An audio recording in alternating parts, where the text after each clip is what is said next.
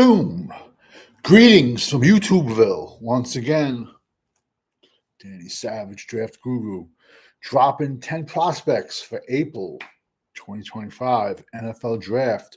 We are at 578 players today. January 15th at 17:45 hours.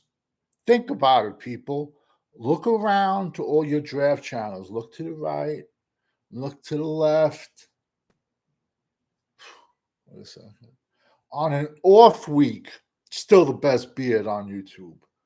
See how many players they got. See how many. We're at 578. I saw this one blowjob channel the other day. Excuse my language. Ironically, it was a Philadelphia channel, and they ranked 10 tight ends. Are you shitting me, bro? But they pitched themselves off as a draft channel. 10 tight ends. You're getting 30 plus tight ends from me. I'm sorry, bro. At any position, a 6-year-old can do a top 10. We're 578 on our way to 800. That's what separates the men from the boys. And I put out all my stuff before the beast comes out. Because I'm not a copy and paste champion like all these paper assholes are. All right. Got a kid, Marcus Yawns, out of Delaware, 5'11", 190. Yo, don't laugh. Joe Flacco with the Delaware. Their uniforms are exactly as Michigan. The Delaware Blue Hens. They do get some. I mean, this kid had about 850 yards, 5 TDs, 17 receptions. Like I said, he's 5'11", 190. He's going to have to, show up at one of these Senior Bowls and go off, or he's going to have to show up at the East-West Shrine game and go off. I personally, as of now, I see this kid as a camp body, and that's if he gets lucky. Today we have it's a big mixture of skill position players. Tomorrow I'll be dropping 10 offensive/defensive linemen tomorrow, but today is a bunch of running backs, wide receivers, and a tight end. Next kid, bro, is someone who's not getting any love. And I got him down as a sleeper because, like I've said this since May, this draft is full of big running backs, small running backs, power backs, speed backs, go out of the backfield, catch backs. This draft is loaded at running back. This kid, I'm going to butcher his name, Jaquenda Jackson, Arkansas. He's a Utah transfer. 6'2", 240. I want to see what this kid runs at the combine. This kid is fast. He's deceptively fast. And for that size, he had 750 yards, 15 TDs. Bro, that's a power back that I want. Number 2, that's a running back. And, he had 750 yards, 15 touchdowns, and he missed a couple of games with a bad ankle. What's up, everybody? Jay Graham, thank you for jumping in. One Off Sports, thank you for jumping in. Yeah, he's like 230. Well, they list him at 6'2", 240. He runs like he's 180. Kid got jets, and he's getting no love. And listen, he shows up at the combine. He goes off at the combine. He might fly up the draft boards. As of now, I see him as a late day 3 guy. The value on running backs this year is just crazy, crazy phenomenal. That's why I'm just against getting one running back in round 1 when I can get you a million running backs. There's going to be, and I'll say it again, there's going to be undrafted running backs that make teams, and they're going to start. It's a crazy year for running backs. It is what it is. Next kid, Montrell Johnson, Florida. I might call it my sixth notebook. Montrell Johnson, Florida. He's 5'11", 216. I'm trying to be nice here. You know what I'm saying? He had 600 yards, 6 touchdowns. Solid, not spectacular. But to his defense, Florida's offensive line was horrendous, and he was playing on a bad team. You see kids like this all the time, man. They come from horrible teams, and they get to the next level, and boof. You're like, where did this come from? Yo, you could be Adrian Peterson. You got 5 bums in front of you. You ain't going nowhere. Caleb Johnson is my top back out of this running backs class. He can do it all. I love Caleb Johnson out of Iowa, but you have to look at it. I look at it 2 ways. Where has he been? He has 1 good year. And I love Caleb Johnson. I think he's a late round 2, early 3, but the 1 year of production scares me. And that's just me nitpicking. Because I have to listen, would I take him at the end of round 2? Yeah, because he's not going to be there at the end of round 3. So you have to think about that. But Dallas is picking 12, so the 1 year wonders, I call them, scare me because where you been the rest of your career? He was there all their offense the past. He was there. Yeah, no, listen, I get it. I mean, Iowa is known for running a very, very conservative offense. But like I said, when I just see a 1 year production, it makes you wonder. But I would still draft the kid. The kid's a beast. He has good size and he can fly, and he did it against good competition. And it's not like Iowa was going out and passing the ball 50 times a game where the defenses had to, worry about their tight ends. I mean, I love Iowa tight end Luke Lachey.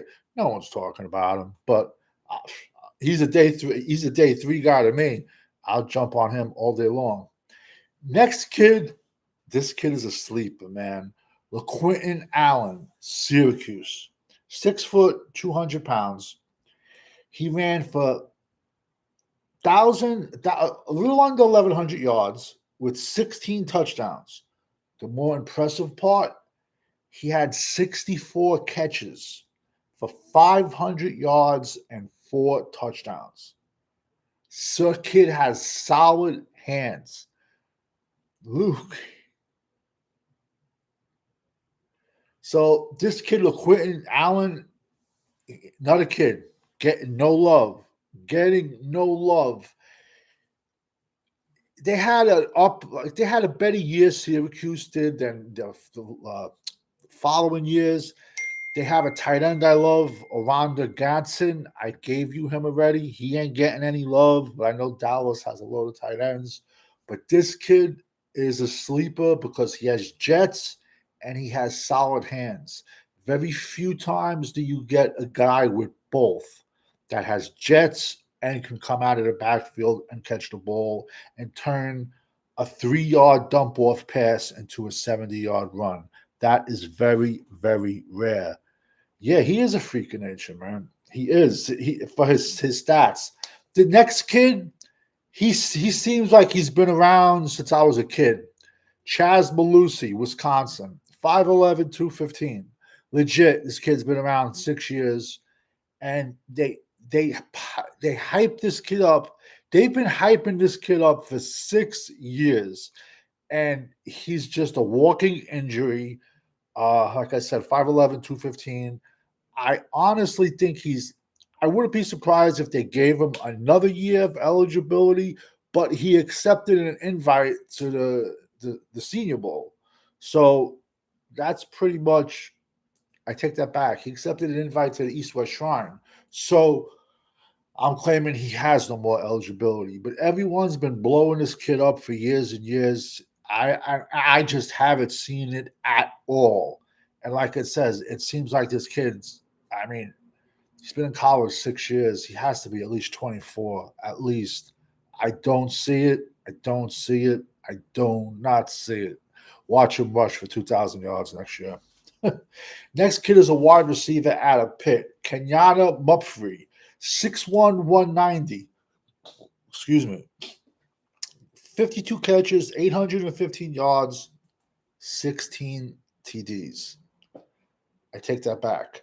5 TDs, 16 yards average. The average is what gets me, which I like about him. Pitt,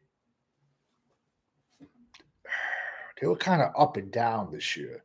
You know, I ain't gonna say they were a good team. I ain't gonna say they were a great team. Uh, but uh, he's someone's gonna have to stick on special teams. You know what I'm trying to say? I don't see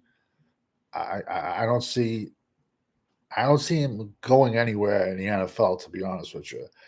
Let alone some coach might fall in love with him. He might show up at the East West Shrine, run a 4.3, and some coach falls in love with him. But he's a camp body, in my opinion. Like I said, we're getting to 800. Bear with me. Hold on. Now, next up, we got 2 wide receivers coming out of the U. I gave you my first in May. I could see DJ Gillens going out of K-State, be a good pick for the Cowboys. He can catch, he can block. It's very explosive through the running lanes. I like him. K-State. When I look at K-State, I get scared. I think of what's the dwarf we drafted? Deuce Vaughn. I love Neal from Kansas. I love, but DJ Glidden, he's a good back. Like I said, you rank the player, not the helmet. But I have Neal from Kansas ahead of him. All right, next 2 kids are from the U. Number 1 is Sam Brown, 6'2", 190. He's more of a burner that got lost in the mixture of all of Miami's wide receivers this year. I gave you Miami's number 1 wide receiver, the Cuban Wes Welker, the Spanish Wes Welker, Xavier Restrepo. I gave you him in May. Nobody was talking about him. Nobody. I challenge anyone to go back to May and see if they had him out there. I had him out there. I did. So this is now we're going down the list with other Miami wide receivers. Sam Brown, 6'2", 190. He's more of a burner. 36 catches, 509 yards with 2 touchdowns. He could surprise. Am I saying this kid is the next coming of Randy Moss? No, he could surprise. This next kid I like better. Jacoby George, the U, 6 foot, 180. It's ironic. His 2023 and his 2024 years were pretty much identical. And so 2024, he had 53 catches, 752 yards with 8 touchdowns. 2023, which I think is more impressive, because in 2023, he played with four different quarterbacks. And in 2023, he had 57 catches, 860 yards, and 8 touchdowns. This is a kid, no one's giving him any love. He's probably an undrafted free agent that can surprise. This next kid I got is a sleeper. I got 1, 2, 3, 4. I got 5 stars next to his name. Kylie Williams, wide receiver, Washington State. 70 catches, 1,200 yards, 14 touchdowns. And he played on a horrible Washington State team. And this kid put up 70 catches, 1,200 yards, and 14 TDs. He's 6 foot, 190. I should be doing my sleeper thing, but I'm putting out 800 players. Hold on, I gotta get this hat right. Kylie Williams, major sleeper. And I love it when I can come back next year and be like, oh, remember that guy that nobody else talked about? Oh, yeah, that's right. I gave it to you. Next kid, tight end out of Vanderbilt, Eli Stowers. What are they feeding these kids, or what are they not feeding these kids? This kid is 6'4", 225. He's a wide receiver to me. 50 catches, 600. He's a wide receiver, making believe he's a tight end. 50 catches, 640 yards, and 5 TDs. He must get bigger. Bigger. Cowboys Huddle Podcast. What's up? Thank you for jumping in. Thank you for jumping in on the chat. This kid, like I said, he's making believe he's a tight end, but he's a wide receiver, and he's exploiting the position on the field. No NFL coach is going to look at a 225-pound tight end. The difference between college tight ends and NFL tight ends is your ability to run block, people. You have to be able to bring something to the run blocking game. If you can't, I have no use for you. That is the main difference between a college tight end and an NFL tight end, is blocking. Even you do want to have your, I'm like on so many notebooks already. You do want to have your, on pass plays, you do want to have your tight ends go out and catch balls. But once in a while, if your tackle is weak, Terrence Steele, you might have to leave a tight end in sometimes to help him. So today was a mixture of 10 skill positions. I gave you some running backs, I gave you some wide receivers, and I gave you a tight end. I gave you a wide receiver making believe he's a tight end. And let me tell you something. It's a crazy deep tight end draft, in my opinion. It really, really is. I said it in May, and I'll say it now. The strengths are running back. The strengths are edges, defensive tackles, safeties, and tight ends. Offensive tackles, it's not a crazy draft. It's not. Offensive guards, no, it's not. Centers, I don't see a center being drafted to like the third round. We had like 2 or 3 centers drafted last year, just past April, the first round. Quarterbacks, listen, I like Cam Ward, I really do, but this is not the year to have the first overall pick in the draft and be trying to shop it for a boatload, because you're going to be holding on to that pick. I'm going to be completely honest with you. I do not see one team mortgaging their future. Do you think we need to draft a skill player early in this draft? Here's the deal. In my opinion, I can get you this monster running backs all 7 rounds. There's monster running backs free agency. Would I like to get a running back in the top 3 picks? Yes. What's killing us is not having a 4th rounder. That's what's killing us. So listen, if the right running back is there, I will pull the trigger. When it comes to wide receivers, I'll wait to day 3. I'll wait to day 3. I'm sorry. We just paid Lamb $140 million, and we just gave up a 4th round pick for Jonathan Mingo. I don't run Dallas. Make them make him fit. They gave up a 4th for him. That's not my problem. Dallas, listen, you build your team inside out. You have to build the trenches. I get it. Tyler Guyton is young, but I also said it last year. He never should have switched. Just because you you got lucky and you switched Tyron Smith from right tackle to left tackle and that worked. That doesn't mean it's going to happen again.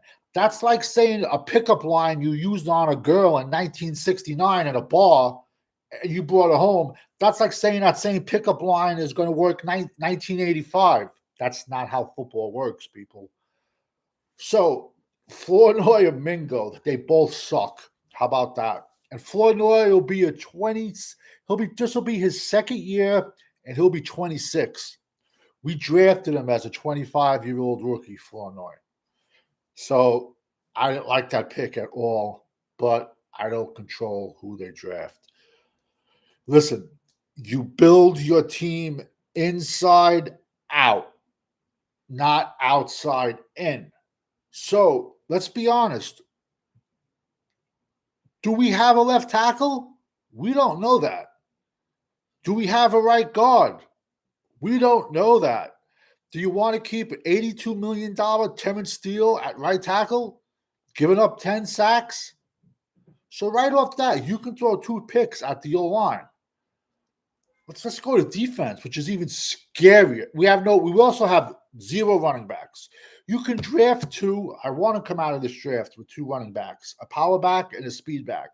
Then pick one up on drafted free agency. So you can come out of this draft with 3 running backs. We're only using 2 picks.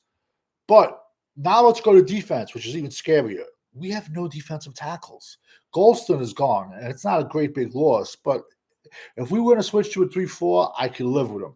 Tank is gone. Big deal. He should have been gone a long time ago. Osa, some team is going to throw like $50 million at Osa. Osa's gone. This is Dan Quinn still screwing us. We have this past year, Linvar Joseph was our best defensive tackle. We have no defensive tackles. So I don't understand the mindset of we have the highest paid quarterback in the NFL, and he can't have a good year unless he has 3 number ones at wide receiver, plus a great tight end, plus a first-round running back. Why? Why is he the only quarterback in the NFL that has to have 3 number 1 draft picks at wide receiver? Why? Can anyone explain that to me? Everybody says, oh, we have to make this Dak friendly. Bro, bullshit. How about learn a new playbook? How about take a night before the game, take a Valium to calm your nerves? How about smoke a joint to calm your nerves? Because you see him in big games, his eyes are like that. He is shook. And that happens in a lot of ways in life, a lot of positions. It happens to soldiers. It happens to fighters. It happens to people that buy. How many times have you seen people try to get into a fight and someone freezes? Good for nothing. My opinion, I think Dak, it's mental with him because anytime there's a big game with him, he freezes. And the second he overthrows somebody, listen, when he overthrows somebody, he doesn't overthrow them by like a foot. He overthrows them by like 10 feet, man. He's Dak Prescott. 4th rounder. You're 100% right. And it's been close to it. It's been a decade already. And if you can say, hey, that was a great 4th round pick, even though we didn't want him, even though we tried trading up to draft 1 million more quarterbacks, and he was the last quarterback on the board, period. And we backed into him. So that's how much faith I have in Dallas's scouting department about getting players. But all I'm trying to say is, getting back to the skill players, running back is so deep. In a perfect world, I would take one probably 2nd round or 3rd round, and then I'll wait to day 3. You got to realize, people, we have 8 picks, but 4 of them are round 5s.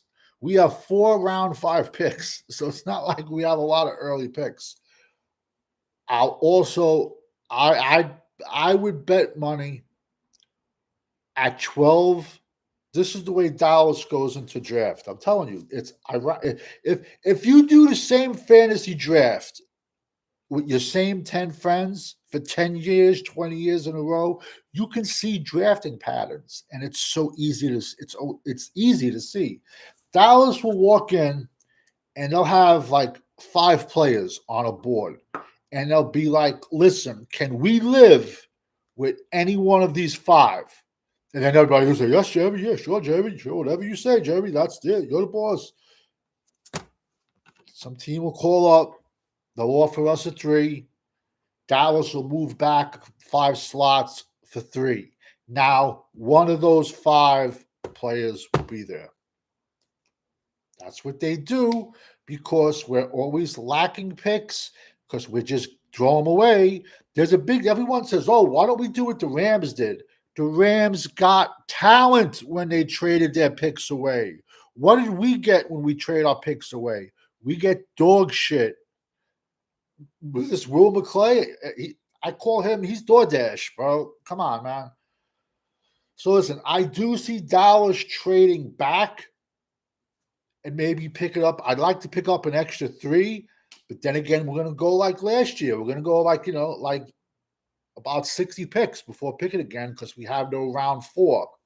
Listen, it is what it is. I don't work for Dallas. I work for myself. Also, jump in on Wednesday nights, Thursday nights, the Frisco Report. You got Cowboys Corner. He jumps on Saturday nights. You got Fifth Quarter Cowboys. He usually jumps in on Monday nights and Friday nights. You got Cowboys Champ, Cowboys Fiend. Sub and subscribe to all these channels. 1980s Cowboy. He drops good stuff. And Eshan, Hollywood's newest up-and-coming producer at Paladonian Films Production. Listen, bro, this slow and steady wins the race. We're at 578 players on the way to 800 because we all know when you're rocking with the GWO, it's for life. Thank you, everybody, for jumping in the chat. Have a great day.